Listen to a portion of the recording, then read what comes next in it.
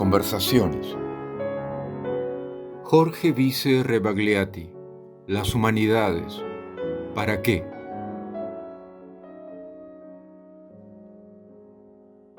Tú hace escasos meses has publicado y presentado Paisajes peruanos de José de la Riva Agüero. José de la Riva Agüero no es un personaje muy popular para la escena intelectual, cultural, académica en el Perú en absoluto. ¿Cómo se te ocurrió, entre otras razones que puede haber habido, el que fuera pertinente hacer una nueva edición con un estudio previo complejo y con una suma abundante de notas explicativas? ¿Por qué te pareció pertinente reeditarlo, republicarlo a Paisajes peruanos de José de la Riva Agüero? Entiendo que su trayecto fue el año 12 y que empezó a escribirlo con cierta sistematicidad quizá el 17, 18, y entiendo que la primera edición fue post-mortem, quizá. En 1955. ¿Por qué ocuparse de paisajes peruanos y por qué pudiera ser interesante para un niño, adolescente, joven o adulto peruano hoy o de aquí a 20, 30, 40 años leer paisajes peruanos? ¿Por qué? Bueno, yo no sé si pueda contestarte totalmente la pregunta, ¿no? Lo que puedo hacer es más bien tratar de reproducir cuáles fueron mis motivaciones. Yo estoy ligado al Instituto Riva Agüero desde el año que entré a la universidad, es decir, desde el año 1971. He trabajado en el instituto, he vivido prácticamente desde el año 71 hasta el año 87, casi continuamente, todos los días en la casa. Y entonces me pareció que en el momento en que podía hacerlo, porque tampoco esto se cristalizó inmediatamente, ¿no? Es decir, yo empiezo a escribir sobre paisajes peruanos a partir del año 98, es decir, a partir del centenario del año 98, que fue el año de la derrota del Imperio Español por los Estados Unidos, ¿no? Es decir, la llamada Guerra Hispano-Americana, ¿no? Entonces, a partir de ese momento empecé a estudiarlo, ¿no? Siempre me llamó la atención, pero no tenía yo dentro de mis proyectos hacerlo, ¿no? Se dio el caso en el año 2018 en que, bueno, podía dedicarle el tiempo para poder trabajarlo, y me pareció que dentro de la enorme obra de Riva Agüero, ¿no? Porque Riva Agüero tiene, me parece que en este momento las obras completas son cerca de 40 y tantos libros, ¿no? Evidentemente mucho tiene que ver con la correspondencia, pero la correspondencia también es interesante. Pero no solamente eso, ¿no? Hay libros que se han citado como libros relevantes, importantes, ¿no? En el carácter de la literatura del Perú independiente, la historia en el Perú, etc. Me pareció que no hay muchos relatos de viajes de literatos como este relato de viajes de Riva Agüero, ¿no? Me pareció, por otro lado, que no se lo había, que esta magnífica introducción de Porras, ¿no? Podía sistematizarse un poquito más y podía verse con los instrumentos modernos de la teoría del relato de viajes, ¿no? Entonces, es muy interesante ver cómo Riva Agüero organiza su información para crear un texto verdaderamente polifónico, muy rico desde muchos puntos de vista, y creí que este texto, que es como te digo, un relato de viaje enriquecido, porque hay descripciones de varios tipos, hay otros relatos como la evocación histórica. A mí me parece, por ejemplo, que el capítulo sobre la batalla de Chupas es excepcional. Luego hay un magnífico cuento modernista que es Payahuarcuna, y luego también hay descripciones etnográficas interesantes y ciertamente ensayos muy severos y muy enérgicos. Entonces me pareció que era un texto al que no se le había dado la atención adecuada, aunque en realidad es el texto de Ribagüero que más se ha leído, por lo menos si es que consideramos las reediciones. El texto base siempre ha sido el de Porras. Me pareció que podíamos tener una aproximación filológica, ya que existían los manuscritos y los documentos en el archivo histórico, y luego podría verse el libro como un texto polifónico, un relato de viajes de muchos matices, ¿no? Como observa Ricardo González Vigil, con Ribagüero pasa lo mismo que con Chocán. Dos autores que dominaron la escena intelectual de las primeras décadas del siglo XX quedan arrumados, ¿no?, en el desván de la historia, por sus posiciones estéticas, o por sus posiciones literarias, o por sus posiciones políticas. Resultan parientes incómodos, ¿no?, esqueletos en el closet. Ya sea por sus posiciones antimodernas, a Ribagüero no le gustaba ni siquiera la estética de Rubén Darío. O sea, que imagínate. Ya sea porque a la larga su visión aristocratizante del Perú, Ribagüero modela a partir del Icario y del virreinato, fue derrotada por la multitud de Ortega, de Basadre, las masas de Ortega y el pueblo de Mariátegui. Ya Borges, siempre Borges, advertía de los peligros de juzgar una obra en función de la historia literaria.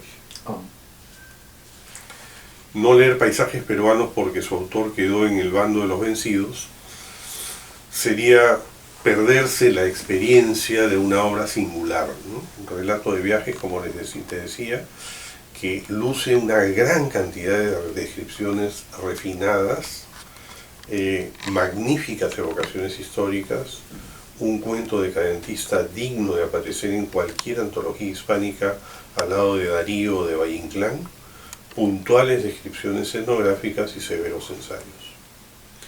Todo ello orquestado polifónicamente en el símbolo del camino, que es el Capac Ñan incaico, que continuó en la época virreinal como camino real, y que se vuelve cifra de su interpretación del Perú, en tanto glorioso pasado, menguado presente y preñado por venir, porque la visión de Ribagüero es la visión de una especie de renacimiento andino. Se ve muy claramente al final del primer capítulo, y también al final del capítulo de Ayacucho, cuando habla del renacimiento de todas las ciudades andinas. Bueno, te quiero terminar con esto de acá para redondear la visión de Ribagüero. Por otro lado, la misma figura de Ribagüero merecería mayor atención, no solo ya como autor de paisajes peruanos, que es, por otro lado, también interesante porque cristaliza su visión del Perú en un relato de viajes, que es algo que no ha hecho nadie, ¿no? Habría que preguntarse por qué Raúl Porras lo admiraba tanto. ¿Por qué Basadre considera que la historia en el Perú es un texto de nivel mundial? Dice, pues, en algún momento que se antecede a Croce en determinados elementos historiográficos, o determinados valores historiográficos. ¿Por qué Julio Cetello, ya en otro aspecto, formó parte del Partido Nacional Democrático promovido por Rivagüero? ¿Por qué Luis Valcárcel lo recibió con entusiasmo cuando don José llegó al Cusco en 1912 y así? En una época, eso vale también para el mundo académico, de maximalismos y de posiciones encontradas, a veces se obliga a uno a adquirir todo el paquete, ¿no? Cuando se pueden apreciar partes y matices, ¿no? Por ejemplo, a mí me parecería, yo no soy marxista, y sin embargo aprecio enormemente la poesía de Vallejo, y no hay manera de no comprender en su dimensión total a la poesía de Vallejo si es que tú no lo consideras también como marxista, ¿ya? Entonces hay matices en estos casos. Además, siempre es posible encontrar conexiones inéditas. En varios aspectos de su ideario, Rivagüero puede considerarse discípulo de González Prada. En otros aspectos, el aprecio por el folclore y el arte popular andinos, en el aprecio del folclore y el arte popular andino, Rivagüero es un precursor de Sabogal y de Arguedas. Es algo que nadie te lo aceptaría, pero es verdad. Y un aspecto fundamental con el que muchos coincidirían, Rivagüero reprocha a la lábil y casi inexistente clase dirigente peruana el no haber transformado el mestizaje biológico e inconsciente en mestizaje cultural y consciente. Es decir, en el aprecio de las dimensiones culturales y el haberlas llevado a otro nivel. Él dice exactamente esto, no te lo leo: de lo mecánico, mestizaje, de lo mecánico e irreflexivo a lo mental y consciente. Que es un programa indigenista, curiosamente. Pero con un elemento aristocratizante. Sí. ¿Qué cosa es aristocratizante? Bueno, de lo que puedes entender de... Vamos a la etimología, ¿no? Lo que ocurre es que el aristócrata se ha mezclado con plutócrata o con oligarca. Aristos es originalmente, etimológicamente, el mejor. Entonces el gobierno de los mejores es la aristocracia, ¿no? Que no es tan, digamos, para un griego no era tan despreciable, ¿no? Porque estaba por un lado la tiranía y por otro lado estaba la demagogia, ¿no? Claro, en medio está para nosotros ahora la democracia, ¿ya? Pero en determinados momentos probablemente un griego el griego no habría despreciado tanto a la aristocracia como se desprecia ahora, precisamente por eso, ¿no? Rivagüero creía que existía una responsabilidad de los mejores para asumir papeles de liderazgo en el Estado, ¿no?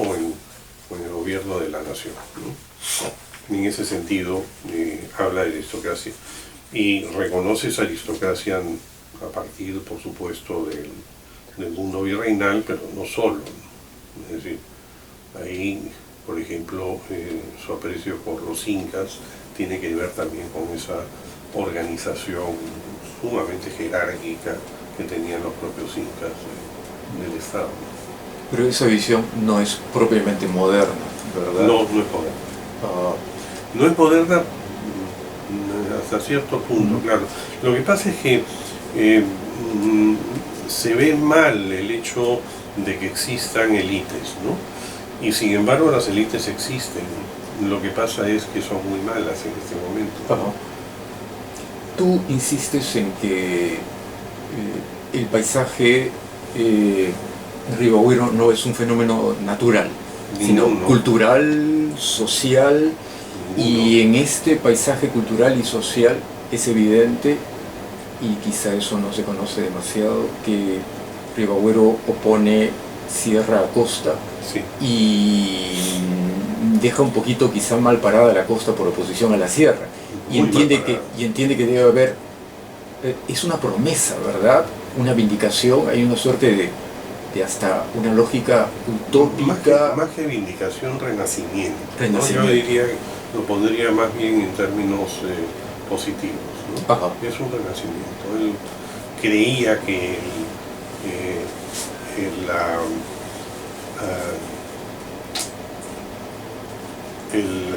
los Andes eran la espalda, eran La columna la columna vertebral. vertebral de la nación.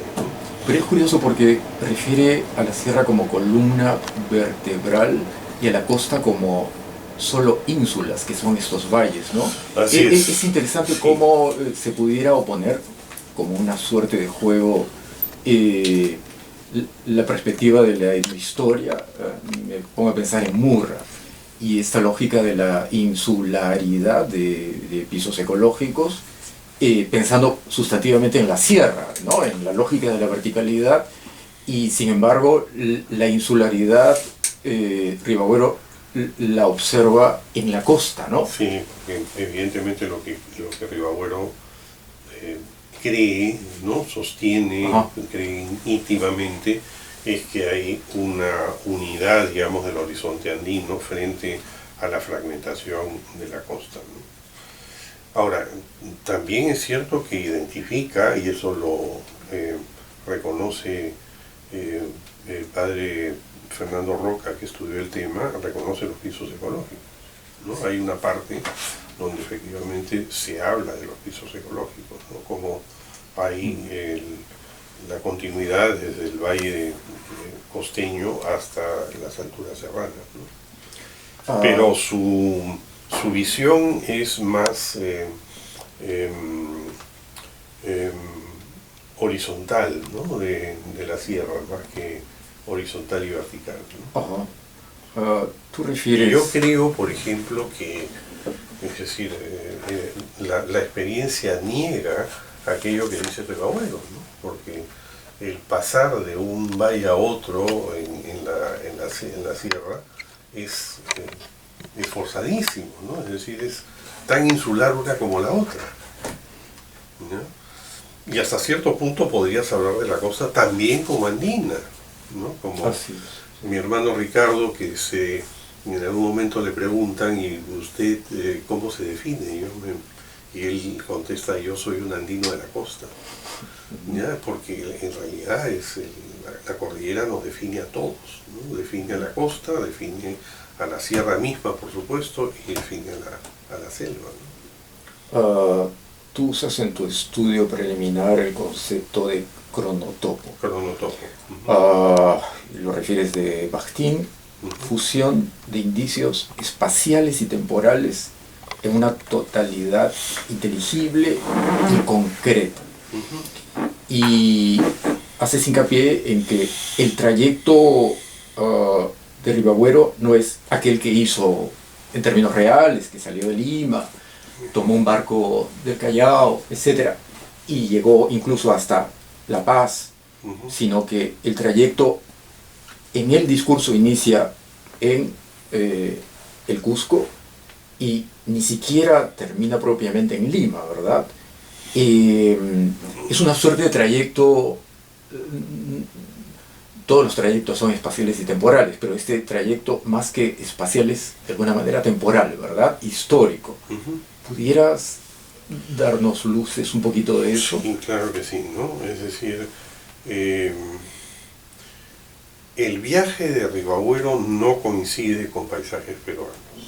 Eso es lo primero que tendríamos que decir. Hay toda una parte anterior al Cusco, que es la parte, por ejemplo, de haber hecho el viaje en barco hasta Hilo, de haberse embarcado ¿no? De haber desembarcado en Hilo, de haberse ido hasta Arequipa, de Arequipa a Puno, de Puno a La Paz, regresar y luego ya entrar al Cusco, ¿no? Y en el Cusco tampoco refiere viajes que hizo, ¿no? Fue a Ollantaytambo, conoció Sacsayhuamán, etcétera, sino que se ve la trayectoria del último día en el que estuvo en el Cusco, ¿no? Es decir, la experiencia de un Cusco, digámoslo así, a nivel del suelo, frente al Cusco que se ve desde la Apacheta, ¿no? Es decir, desde uno de los lugares sagrados de Urcoscayan, que tenía el prestigio de que era el lugar en el cual los indígenas se despedían llorando del Cusco para seguir el camino del Chinchaysuyo, ¿no? El camino hacia el norte. ¿Ya? Entonces, Ribagüero excluye una serie de espacios y probablemente el más relevante en este caso es Tiahuanaco. ¿Ya? Y es que, como lo dice Gabriel Ramón en un estudio, existe en paisajes peruanos el silencio de Tiahuanaco. Mi abuelo no habla, ¿ya?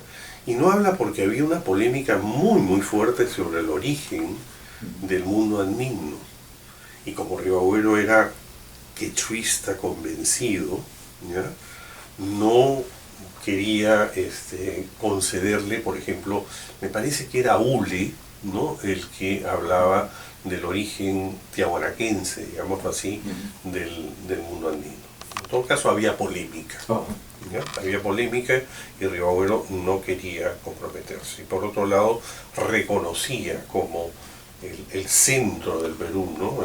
Precisamente el ombligo, ¿no? al Cusco.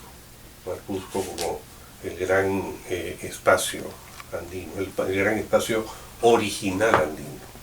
Entonces ahí empieza con el Cusco, empieza con el mediodía, empieza con la salida, lo cual es rarísimo, porque en realidad tú no empiezas un viaje saliendo de un lado, ¿no? Sino llegando a un lado, ¿ya?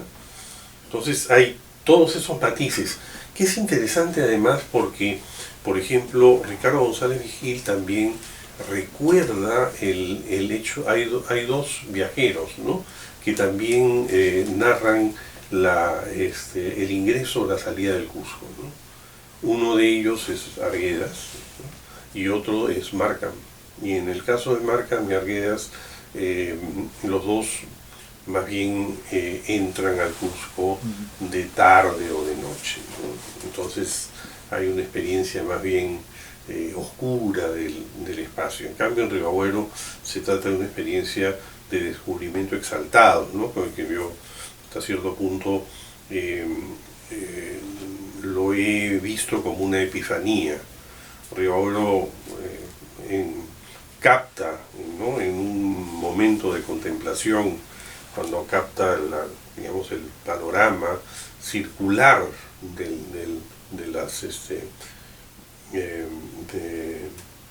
las montañas que rodean al Cusco y el Cusco debajo, ¿no? Como una experiencia magnífica, ¿no? Que se opone al Cusco menguado, el Cusco deprimido, que es el que ha visto al caminar y al llegar al caminar antes de esta experiencia, ¿no? Entonces ahí está el tema del renacimiento, ¿no? Sí, por supuesto, estamos en un momento de chatura y de golpe y de depresión, pero de aquí salimos, ¿no? Es decir, aquí hay más que solamente eso. Y te digo que es interesante porque es más o menos la experiencia también que podrían haber tenido los escritores del 98, ¿no? Que tenían la experiencia de una España paupérrima, una España dura, difícil, etcétera, pero magnífica, ¿no? Un acicate para la acción. Acuérdate que Rivagüero está en su mejor momento en 1912, en el sentido en que prácticamente era uno de los líderes naturales, digámoslo así, para lograr puestos expectantes, ¿no? Alfredo Barnechea habla de la presidencia, yo no sé si tanto, ¿ya? Pero que había la idea de que él debería llevar las riendas del Perú, o por lo menos parte de eso, asociándose a otros, sí había eso. Entonces, en ese momento él descubre su papel, ¿no? Descubre su papel como peruano, como historiador, ¿no? Que es precisamente el registrar la postración del Perú, pero también su posibilidad.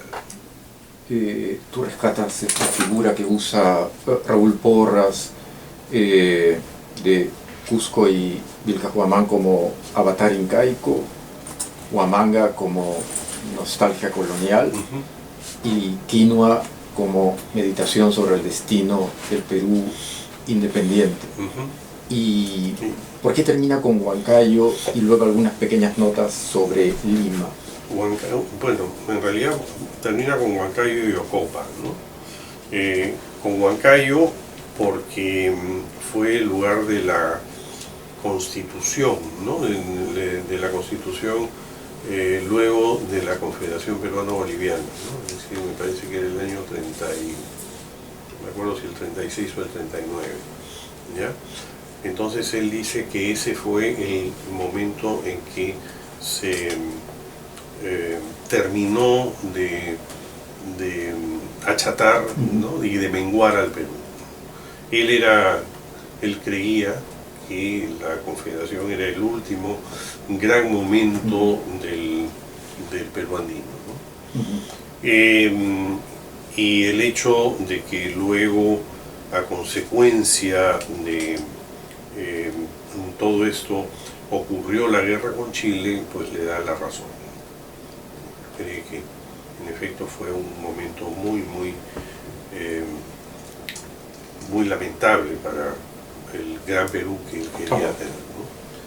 Se podría decir en consecuencia que Paisajes Peruanos es un viaje más que por el espacio, por el tiempo. Claro. No es propiamente un texto etnográfico, como habíamos referido hace algunas semanas, es un viaje histórico. Es un viaje histórico que tiene también, en algunos casos, digamos, chispazos etnográficos, ¿no? Sí, puedes decir. Tú refieres a Campbell, creo que el héroe de las mil caras, y en donde finalmente el personaje heroico es el mismo, ¿verdad? Sí. Y luego tú refieres el hecho de que, creo que es tu lectura, Rivagüero se apercibe de que no hay una suerte de historiador que vindique heroicamente. Claro, en realidad no lo digo yo, lo dice David Brading, ¿ya? El profesor de la Universidad de Cambridge. Respecto a Rivagüero, a estos Michelet y Carlyle. Exacto, ¿no? Es decir, no hay una historia. Él pensaba que Pasoldán no era un historiador de ese tipo, y en realidad él se convierte en ese historiador que le faltaba, digámoslo así, al Perú, ¿no? Es decir, hay como dice David Brading, un nacionalismo romántico en el caso de Rivagüero en Paisajes Peruanos, ¿no? Tú también rescatas una visión que tiene Víctor Vich de Rivagüero, esta idea del mestizaje como finalmente una imposición de una cultura a otra, y tú como que tomas distancia de esa perspectiva y entiendes que su discurso no es tan monológico. ¿Qué crítica harías a la lectura que ha hecho Víctor Vich? Yo creo que es una lectura que podría matizarse más, ¿no? Es decir, en el sentido en que, por ejemplo, critica el hecho de que el único sujeto, y eso es algo que le he leído también, le he leído a otras personas, ¿no? Por ejemplo, a Richard Webb, ¿no? Que dice que Rivabuelo no conversa con nadie a lo largo del viaje. Ajá. Lo cual es verdad, ¿ya? Es decir, hay testimonios en el mismo paisaje peruano donde efectivamente se da eso, ¿ya?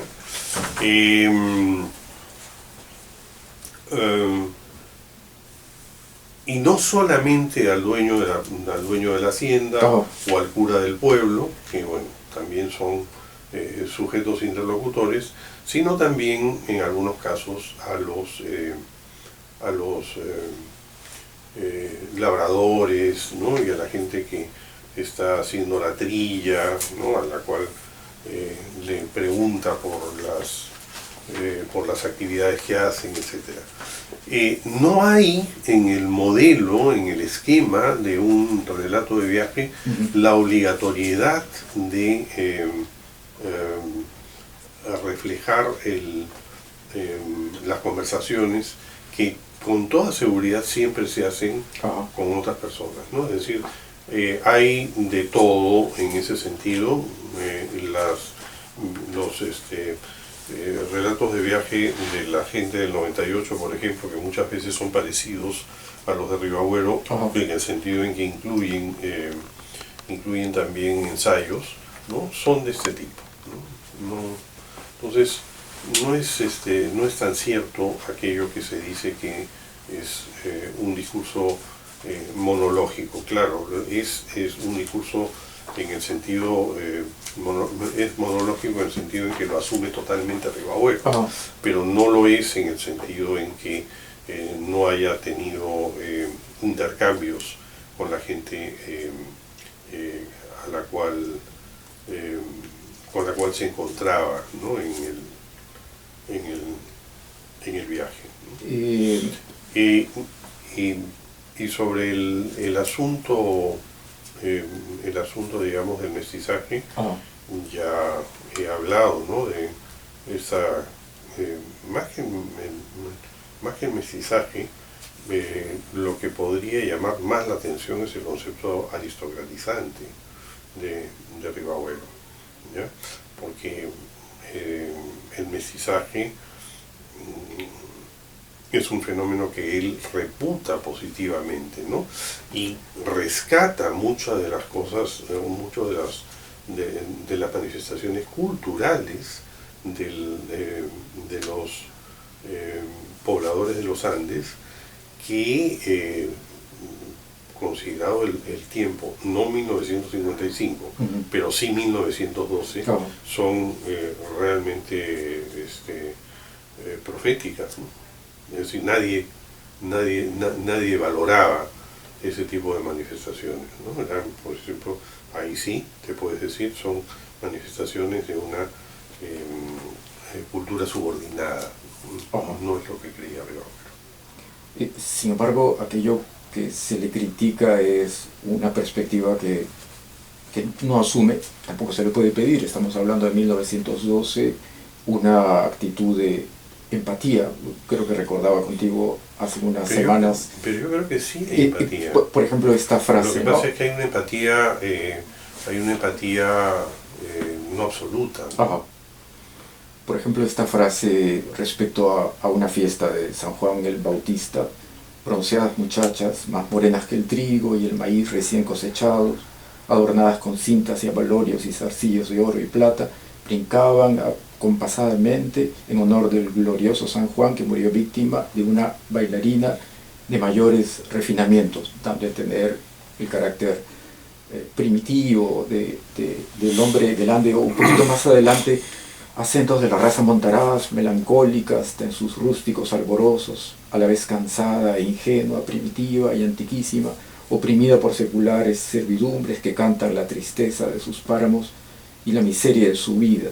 Claro, alguien podría decir, bueno, no es que los está despreciando, sino que está describiendo lo lamentable que es la situación de, ¿verdad? Fíjate tú que claro, podrías hablar en ese sentido, podríamos admitir por lo menos en parte lo que tú dices, pero yo creo que hay que ver también otros aspectos, ¿no? Ribagüero, que no tenía pues ninguna simpatía por el modernismo, no cae en el modernismo, en el sentido de que uno de los grandes temas del modernismo es precisamente San Juan Bautista y Salomé, ¿no?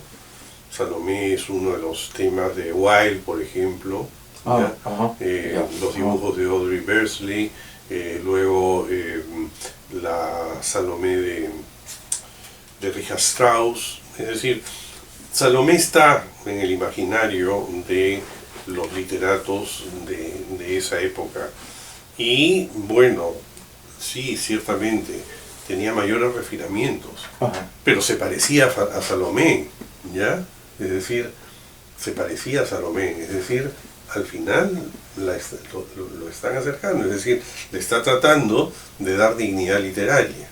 Lo mismo ocurre, y creo que lo conversamos en algún momento, con estas figuras que podrían ser figuras del desprecio y de la subalternidad, que son estas figuras de mujeres viejas que parecen brujas, ¿no? Sí, sí, sí, sí. Yo creo que ahí lo que hay también es digamos, un filtro literario, ¿no? Que aparece también en muchos de los casos, por ejemplo, de la literatura ensayística del 98, ¿no? Es decir, se trata de ver un mundo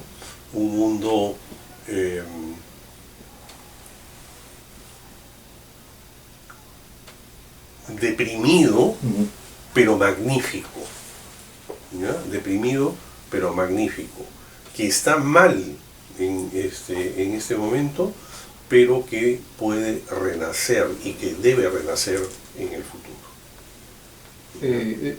Tú referiste en una conversación anterior que también había una actitud de acercamiento a intelectuales de la sierra, ya lo has referido ahora, cuando visita el Cusco, ¿verdad? José Gabriel Cosío o el propio su corresponsal. Habría mucho que hacer en ese sentido, ¿no? Tratar de reconstruir las redes intelectuales de Ribagüero, sobre todo con intelectuales de provincia, ¿no?